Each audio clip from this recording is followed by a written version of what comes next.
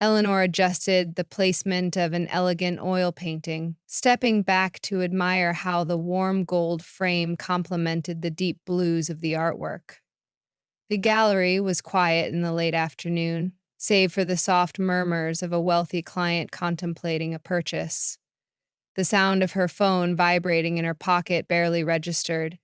She retrieved it absent-mindedly, expecting a delivery notification or a message from one of her artists. Instead, the words on the screen stopped her cold. "I'm leaving you. Moving to LA with Isabella. Already emptied our joint account. Have fun with your little art shop." There was no emotion, no remorse, just a casual, almost smug detachment.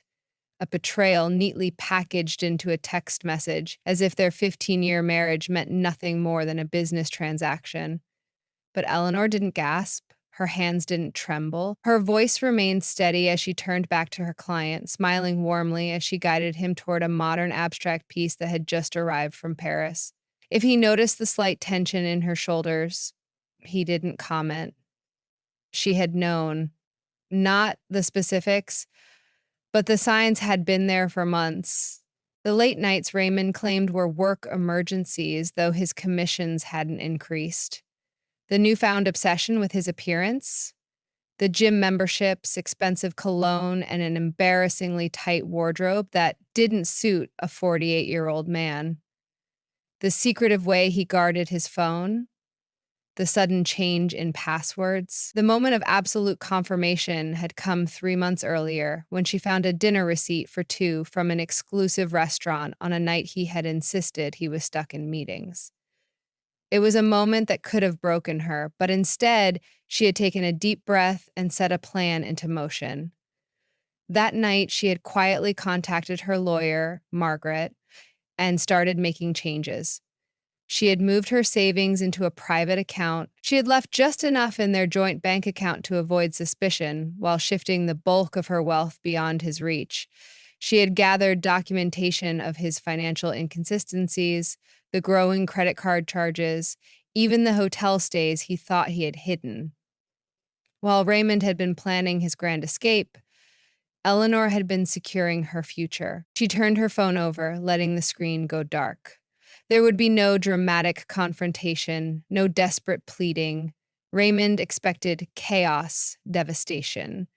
Instead, Eleanor calmly wrapped up the sale, watching as her client walked out of the gallery with his purchase.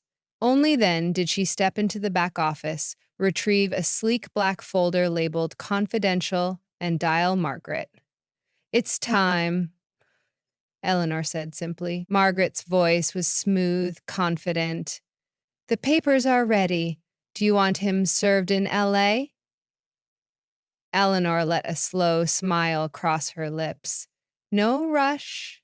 Let him enjoy his little victory first." Tomorrow, Raymond would wake up thinking he had won, but Eleanor had been preparing for months, and she was ready. Looking back, Eleanor realized the signs had been right in front of her all along. They hadn't appeared overnight, but had crept in slowly, like a painting gradually revealing its hidden details under the right light. It started with the small things, the late nights that stretched longer than usual, the unanswered texts, the growing distance between them that neither of them addressed. Raymond had always been ambitious, but suddenly his work obligation didn't match the reality of his declining commissions. She would wake up to find his side of the bed untouched, and when she asked, he would sigh dramatically, spinning stories of last-minute client emergencies and networking dinners that somehow never reflected in their bank statements. It was a carefully crafted performance, and for a while she let him believe she was still his loyal audience. Then came the transformation. Raymond, a man who once scoffed at gym memberships, suddenly became obsessed with his physique. He traded in his classic suits for trendy, ill-fitting designer jeans. He spent hours at a boutique hair salon that catered to men half his age, investing in subtle hair dye jobs to cover the grays he had once worn with pride. The cologne, an expensive, musky scent that she didn't recognize, lingered in their bathroom, though Eleanor could not recall a single occasion where he had worn it around her. Then there were the whispers at gallery events, the sideways glances from mutual friends, the way people hesitated just a second too long when she mentioned Raymond. The final confirmation had come 3 months earlier. Eleanor had been tidying up their office when she found the receipt. Dinner for two at an exclusive rooftop restaurant on a night he had insisted he was at a networking event. She stared at it for a long moment, the weight of the truth settling over her like a lead blanket. But she did not cry, did not confront him in a dramatic outburst like in the movies. Instead, she had placed the receipt in a separate folder labeled Evidence and picked up the phone to call her lawyer, Margaret. That night, while Raymond was out working late, Eleanor had opened a new bank account under her name, transferring the bulk of her personal savings before he could attempt anything reckless. A week later, when he casually suggested combining their finances to simplify things, she had smiled and agreed, knowing full well that the account he had just emptied only contained 2 months' worth of her standard deposits, just enough to keep him from noticing the change. From that moment, Eleanor had begun preparing for the inevitable. She tracked his suspicious transactions, noted the unexplained hotel stays, saved screenshots of texts he carelessly left open. Every move he made, she documented. Every secret he thought he was keeping, she already knew. So when Raymond's grand betrayal finally arrived via text, it wasn't a shock. It was simply confirmation that she had been right all along. Eleanor stared at her phone for a moment longer, rereading Raymond's text as if expecting it to change. I'm leaving you, moving to LA with Isabella. Already emptied our joint account. Have fun with your little art shop. The arrogance of it almost made her laugh. He truly believed he had won, that she would be blindsided, devastated, begging him to reconsider. Instead, she exhaled a quiet breath, set her phone down, and continued closing up the gallery. If anyone had been watching, they would have seen nothing more than a woman calmly locking the doors of her thriving business, preparing to go home after a successful day. There was no rage, no heartbreak, no desperation. The moment she had been anticipating had arrived, and she was ready. Driving back to her townhouse, a property she had wisely kept solely in her name, Eleanor felt an odd sense of liberation. The weight of uncertainty was gone.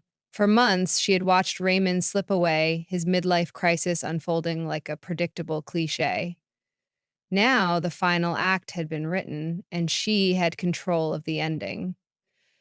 She walked through the grand entrance, placing her bag on the marble console table, and made her way to the study. The black folder, labeled Confidential, was exactly where she had left it, filled with meticulously organized documents, bank statements proving his financial recklessness, credit card transactions linking him to his mistress, a detailed timeline of his infidelities. She thumbed through the pages one last time, ensuring every piece of evidence was accounted for. Her phone buzzed again. Don't bother begging. Isabella and I leave tomorrow. I'll send for my things later. Eleanor smirked. Isabella, the overly eager receptionist from Raymond's firm. She had met her once at the company holiday party, a 26-year-old woman with wide eyes and an overconfident laugh, hanging onto Raymond's every word. Eleanor had noticed the way she touched his arm when she thought no one was looking, the way she gazed at him as if he were the most fascinating man in the room. Poor girl doesn't realize she's next, Eleanor thought. Ignoring his message, she dialed her lawyer. It's time, she said simply. Margaret's voice was smooth, unwavering. The papers are ready. Do you want me to have him served in LA? Eleanor considered it for a moment, then shook her head. No rush. Let him think he's won first.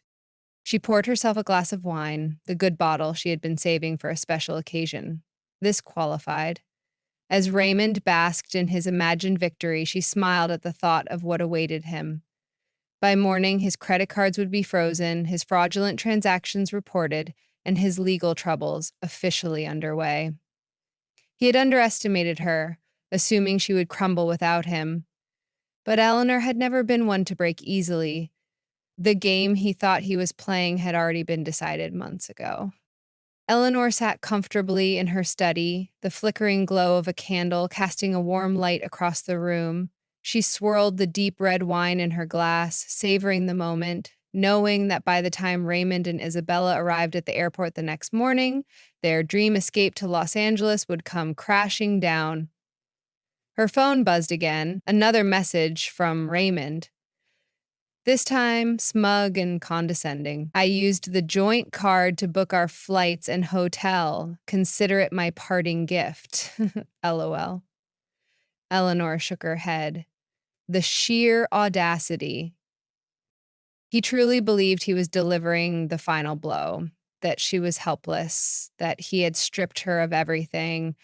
Ooh, Raymond, she thought. You never did understand the difference between confidence and competence. Placing her glass down, she reached for her laptop and logged into the joint credit card account. It took only seconds to spot the transactions. A first-class flight to LAX booked under Raymond's name, along with an extravagant hotel reservation at an upscale boutique hotel in Beverly Hills. Without hesitation, she picked up her phone and dialed the credit card company. Thank you for calling Premier Bank Services. This is Madeline speaking. How may I assist you today? Yes, I need to report unauthorized charges on my account and request immediate cancellation of a card. Of course, ma'am. Can you identify the fraudulent charges? Eleanor smiled, relishing the irony. Yes, 2 first-class flights to Los Angeles and a luxury hotel reservation at the Meridian, both booked today. Madeline's voice remained professional, but Eleanor detected a hint of amusement in her tone. And do you have documentation to confirm that these were unauthorized? Absolutely. I have text messages from my soon-to-be ex-husband admitting that he used our joint card to fund a romantic getaway with his mistress. I'll be happy to forward them to your fraud department. There was a slight pause before Madeline responded, her voice holding a barely concealed smirk. Understood, ma'am. We'll flag the charges as fraudulent and cancel the reservations immediately. The card will be deactivated within the next few minutes. Eleanor leaned back in her chair, satisfied. Raymond and Isabella would arrive at the airport expecting luxury and find nothing but humiliation. Their first-class tickets would be invalid, their hotel reservation canceled. Raymond's personal credit cards, maxed out for months, would be useless. The realization would dawn on him slowly as reality settled in like a heavy weight on his shoulders.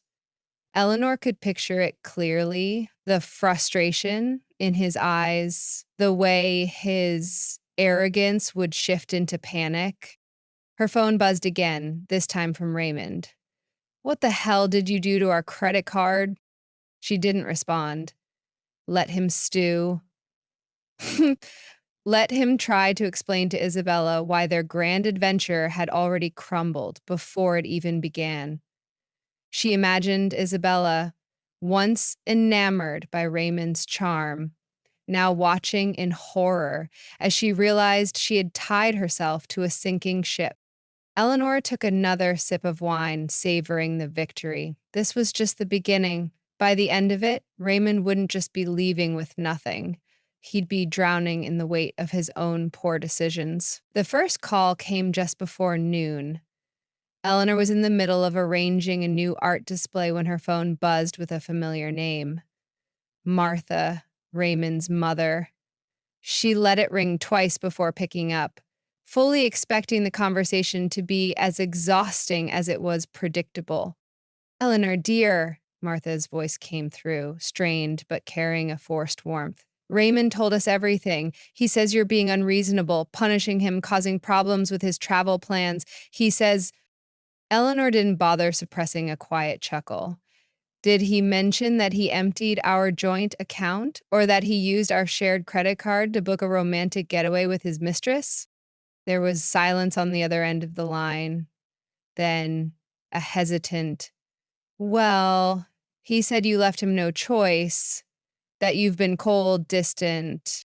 Eleanor reached for the black folder labeled confidential and flipped through the neatly organized documents. "Martha, would you like me to read you the text where he bragged about taking our money? Or maybe the one where he mocked my age? I have them all saved. Screenshots, statements, bank transfers, every bit of proof. I can send them to you if you'd like." More silence, then a soft sigh. He did seem cruel in that message. I told him it was inappropriate, but he swears he still cares about you. Eleanor rolled her eyes, already done with this conversation. "Martha, I appreciate the call, but I think it's best if we end this here. My lawyer has advised me to have minimal contact with Raymond and his family. I'm sure you understand." The hesitation on Martha's end lingered, but finally she exhaled and muttered, "I understand. Take care, Eleanor." Eleanor ended the call and turned her attention back to her gallery. She had no time to waste on people still making excuses for Raymond. The reality of his situation was setting in. His mother's voice had already hinted at doubt, at shame. By late afternoon, the gossip had spread like wildfire through mutual friends. Raymond and Isabella were stuck at a budget motel near the airport, their extravagant plans derailed in record time. Someone had overheard Raymond arguing with the front desk staff, waving a declined credit card as he tried to book another room. When that failed, he had turned to Isabella, only for her to mutter something about how this wasn't what she had signed up for. Eleanor let out a satisfied sigh as she finalized the layout for her next exhibition. Her life was moving forward. Raymond's, on the other hand, was unraveling by the minute. Monday morning arrived with crisp air and the quiet hum of anticipation. Eleanor sat confidently at the plaintiff's table, dressed in an elegant navy blazer, the picture of composure. Across from her, Raymond fidgeted in his chair, his once smug expression now replaced with barely concealed unease. He had shown up wearing one of his tight-fitting designer blazers, the kind that once made him feel youthful but now only highlighted his desperation. Isabella was nowhere to be seen. It was a sharp contrast to the man who had so confidently declared his freedom just days ago. Now he was facing the legal consequences of his own arrogance. The judge took his seat, and Margaret, Eleanor's lawyer, began methodically presenting the case. First, the text messages, each one a damning admission of Raymond's premeditated financial misconduct. The courtroom listened as his own words were read aloud. "I emptied our joint account. Have fun with your little art shop." The judge's brow furrowed at that. Then came the credit card fraud, the unauthorized travel expenses, the attempt to leave Eleanor financially stranded while he played house with Isabella in Los Angeles. The evidence was overwhelming. Raymond's hastily hired attorney cleared his throat and attempted to mount a defense. "Your Honor, my client admits to some rash decisions, but Mrs. Calloway's actions have been, well, calculated, vindictive even." Margaret leaned forward, calm and unshaken. "Calculated? No, Your Honor. My client has been prudent. She protected her separate assets, maintained detailed records of her husband's financial recklessness, and ensured that he alone would bear the consequences of his actions." "That's not vindictive. That's smart business." The judge flipped through the documents before looking directly at Raymond. "Mr. Calloway, you admitted via text to deliberately emptying a joint account and using shared credit cards to fund a trip with your girlfriend. Do you deny this?" Raymond shifted uncomfortably, rubbing the back of his neck. I I was just trying to make a clean break," he mumbled. The judge raised an unimpressed brow. "By committing financial fraud?" Raymond opened his mouth to protest, but Margaret was already moving to the next point. The townhouse, Eleanor's inheritance, the art gallery, her sole financial venture, the carefully maintained business records that left no room for Raymond's claims of contribution. Your Honor, Raymond's lawyer tried again. The business grew during their marriage. My client is entitled to a portion of those assets. Margaret didn't even blink. The business was established before the marriage, and Mrs. Calloway maintained strict separation of business and personal finances throughout. Every penny invested and earned is accounted for. She slid the corporate documentation across the table. Mr. Calloway had no financial stake in the gallery. He dismissed it as a hobby until now. Raymond's face paled as the reality settled in. He had believed he could walk away with half of everything, but instead, he had played right into Eleanor's hands. The ruling was swift. The court finds sufficient evidence of financial misconduct, the judge declared. All shared assets are frozen pending final dissolution. Mr. Calloway is ordered to return all funds removed from joint accounts within 24 hours. Raymond shot up from his chair, panic flashing across his face. But that money's gone. We spent it. The judge cut him off with a firm look.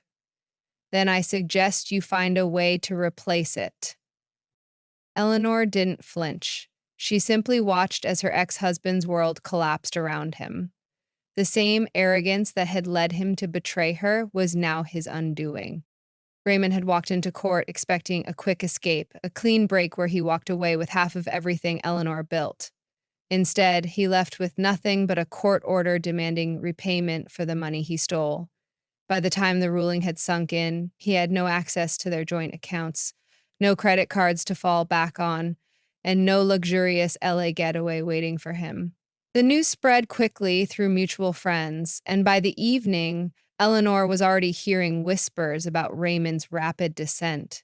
He and Isabella had been forced to check into a dingy budget motel near the airport, far from the five-star hotel they had envisioned. The reality of their situation had hit Isabella fast. No extravagant dinners, no beachside luxury, just an aging man who had thrown away his stability for a fantasy. Within days, the cracks in their perfect romance had begun to show. At work, things weren't much better for Raymond. His law firm had been keeping a close eye on his relationship with Isabella, and what was once a whispered office affair had become a full-blown HR scandal. Management issued a formal reprimand for an inappropriate workplace relationship, stripping him of any chance for the promotion he had been chasing. The firm had been looking for an excuse to cut dead weight, and Raymond, now embroiled in a personal and professional disaster, was no longer a valuable asset. The promotion went to someone younger, more stable, and without a messy divorce scandal attached. As if his financial ruin and career implosion weren't enough, Isabella soon realized that her dream of running off with a successful older man was nothing but an illusion. The nights of expensive wine and laughter were over, replaced by Raymond's mounting frustration and unpaid bills. After just a few weeks of struggling to make ends meet, Isabella packed up and left, moving in with a coworker her own age. Raymond, now alone and financially wrecked, had no choice but to move back in with his parents. Eleanor barely paid attention to the updates. She had no time to waste on a man who had spent years underestimating her. While Raymond spiraled, she was expanding her business, hiring new staff, and growing her reputation as a powerful force in the art world. The irony wasn't lost on her. The very gallery he had once dismissed as a hobby had now secured her future, while his recklessness had left him with nothing. It didn't take long for Isabella to realize she had made a terrible mistake. The man who had once swept her off her feet with grand promises of luxury and excitement had been reduced to a bitter, broke divorce, living in a spare bedroom at his parents' house. The fantasy had crumbled quickly. No glamorous life in Los Angeles, no penthouse views, no carefree shopping sprees. Instead, she found herself stuck in a cramped studio apartment listening to Raymond complain about his undivorced and dwindling job prospects. At first, she tried to be patient, reassuring herself that things would turn around. But when Raymond's credit cards kept getting declined, when dinner dates turned into drive through meals, when he started snapping at her for questioning his decisions, she finally understood. Raymond wasn't some charming, successful older man. He was a sinking ship, and she had foolishly climbed aboard. One evening, after another argument about money, Isabella packed her bags and walked out. She moved in with a coworker, later confiding in friends that Raymond had turned out to be just as controlling and manipulative as he had accused Eleanor of being. She deleted the photos of their brief romance from her social media, replacing them with cryptic posts about learning from mistakes and never ignoring red flags. Mutual acquaintances whispered that Raymond had tried to win her back with the same sweet lies he once told Eleanor, but Isabella had already seen through him. Eleanor heard about Isabella's departure weeks later through a passing comment at a gallery event. She simply smiled, sipping her wine. Isabella had learned the hard way. Raymond wasn't a prize. He was a lesson. While Raymond floundered, Eleanor thrived. In the months following her divorce, her art gallery flourished beyond even her own expectations. Sales had doubled, fueled in part by the quiet but powerful support of women who had heard her story. Clients who admired not just her curation skills, but her resilience. She expanded the gallery's online presence, attracting collectors from across the country. Within a year, she opened a second location, and shortly after, a third. The same business that Raymond had dismissed as her little art shop was now a rising name in the art world, featured in magazines and high-profile exhibitions. Meanwhile, Raymond's desperate attempts to reclaim his past life had fallen flat. His professional reputation had soured after the scandal at his firm, and after a few demotions, he eventually lost his job entirely. He tried to challenge the divorce settlement in court, claiming he was entitled to part of Eleanor's success, but every attempt was met with the same cold reality. Her finances had always been separate, her records airtight. The judge dismissed his petition immediately and ordered him to cover her legal fees, pushing him even further into financial ruin. Through mutual acquaintances, Eleanor learned that Raymond had attempted to re-enter the dating world, but with little success. Women his age saw him for what he was, a washed-up man living with his parents, and younger women had learned from Isabella's mistake.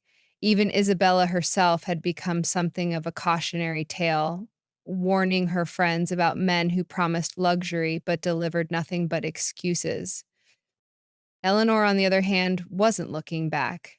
Her business was expanding, her life was full, and she was finally free of the weight of Raymond's arrogance. One afternoon, she framed his final, condescending text, "Have fun with your little art shop," and hung it in her office. Beneath it, she placed a plaque with the words, "Success is the best revenge." 5 years after Raymond's cruel text, Eleanor stood at the grand opening of her fifth art gallery, surrounded by employees, clients, and industry insiders who had come to celebrate her success. The once small, independent gallery had blossomed into a recognized brand, attracting collectors and artists from across the country. As she addressed the crowd, she felt nothing but pride, not just in the business she had built, but in the life she had reclaimed. There was no bitterness, no lingering resentment, just the quiet satisfaction of knowing she had risen above the betrayal and built something. After the event, as the guests mingled, a familiar figure approached. It was Martha, Raymond's mother, looking as polished as ever in a dress Eleanor recognized from one of her own collections. Martha hesitated for a moment before speaking. "I saw Raymond yesterday," she said, smoothing out a crease in her sleeve. "He was talking about his glory days, about the life he could have had. He still doesn't understand that he didn't lose everything in the divorce. He threw it away. Eleanor smiled slightly, neither surprised nor affected by the update. She had long since stopped keeping track of Raymond's misfortunes. Though she had heard whispers, he was still struggling, still making excuses, still blaming everyone but himself. She didn't need to say anything. Her success spoke for itself. As she walked back toward her gallery, her assistant called her over to review the latest exhibition layout. Eleanor caught a glimpse of her reflection in the glass windows, not a woman who had been left behind, but one who had moved forward. Raymond's betrayal had been the end of one chapter, but the beginning of something far greater. The story of Eleanor is a powerful reminder that self-worth is not determined by how much we sacrifice for others. For years, Eleanor put her family's happiness above her own, believing that being the responsible one would eventually earn her love and recognition. But when she was pushed aside for her entitled sister, she realized something life-changing. Her effort and kindness would never be valued by people who only took her for granted. Her decision to cancel the trip and reclaim her independence wasn't about revenge. It was about setting boundaries and refusing to let others benefit from her hard work while disregarding her existence. Eleanor's journey teaches us that family does not excuse unfair treatment, and love should never come at the cost of self-respect. Sometimes standing up for yourself means walking away from those who refuse to see your worth.